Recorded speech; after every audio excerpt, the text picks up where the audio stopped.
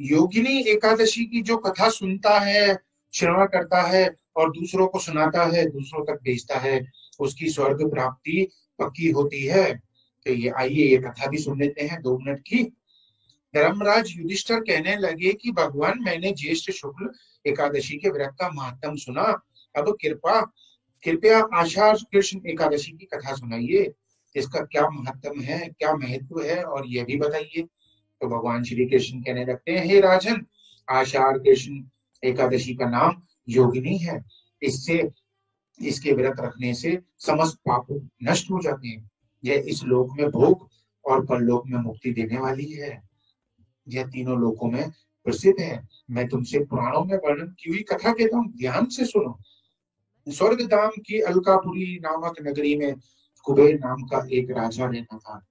वह शिव का भक्त था और प्रतिदिन भगवान शिव की पूजा किया करता था। हेम नाम का एक माली पूजा के लिए उसके यहाँ फूल लाया करता था। हेम की विशालाक्षी नाम की सुंदर स्त्री थी।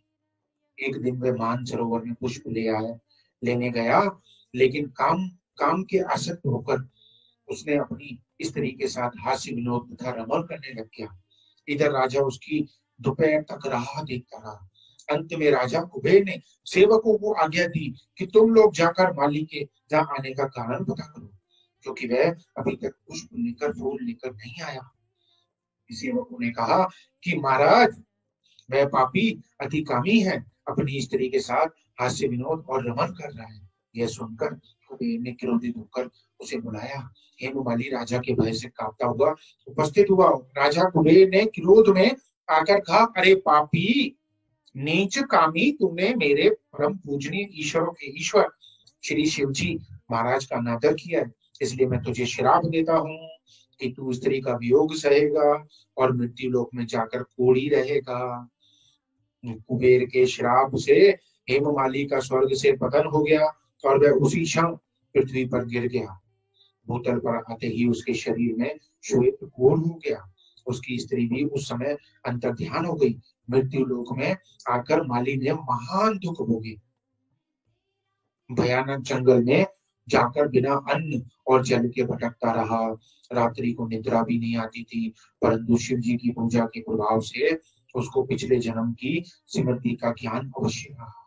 घूमते घूमते एक दिन वह मार्कंडेय ऋषि के आश्रम में पहुंचा, जो ब्रह्मा से भी अधिक वृद्ध थे और जिनका आश्रम ब्रह्मा की सभा के समान लगता था। हेममाली वहां जाकर उनके पैरों पर गिर पड़ी।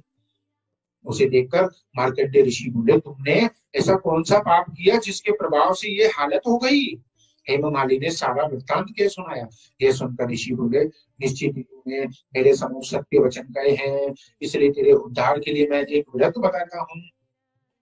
यदि तू आषाढ़ मास के कृष्ण पक्ष की योगिनी नामक एकादशी का विधि पूर्वक व्रत करेगा तो तेरे सारे पाप नष्ट हो जाएंगे। यह सुनकर हेममाली ने अत्यंत प्रसन्न होकर मुनि को साष्टांग प्रणाम किया। मुनि ने उसे स्नेह के साथ उठाया। हेममाली ने मुनि के कथा अनुसार विधि पूर्वक योगिनी एकादशी का व्रत किया। इस व्रत के प्रभाव से अपने पुराने स्वरूप में आकर वह अपनी स्त्री के साथ सुख पूर्वक रहने लगा। भगवान कृष्ण ने कहा, हे राजन, यही योगिनी एकादशी का व्रत 88,000 ब्राह्मणों को भोजन कराने के फल के बराबर है। इसके व्रत से समस्त पाप दूर हो जाते हैं और अंत में स्वर्ग प्राप्त होता है। और जो ये कथा कहता है और दूसरों को सुनाता है और खुद सुनता है, उसका भी कल्याण निश्चित है। तो आगे फॉरवर्ड करना न भूलिए। अपना भी भला करिए, औरों का भी भला करिए। हर हर महादेव। जय जय श्री राधे।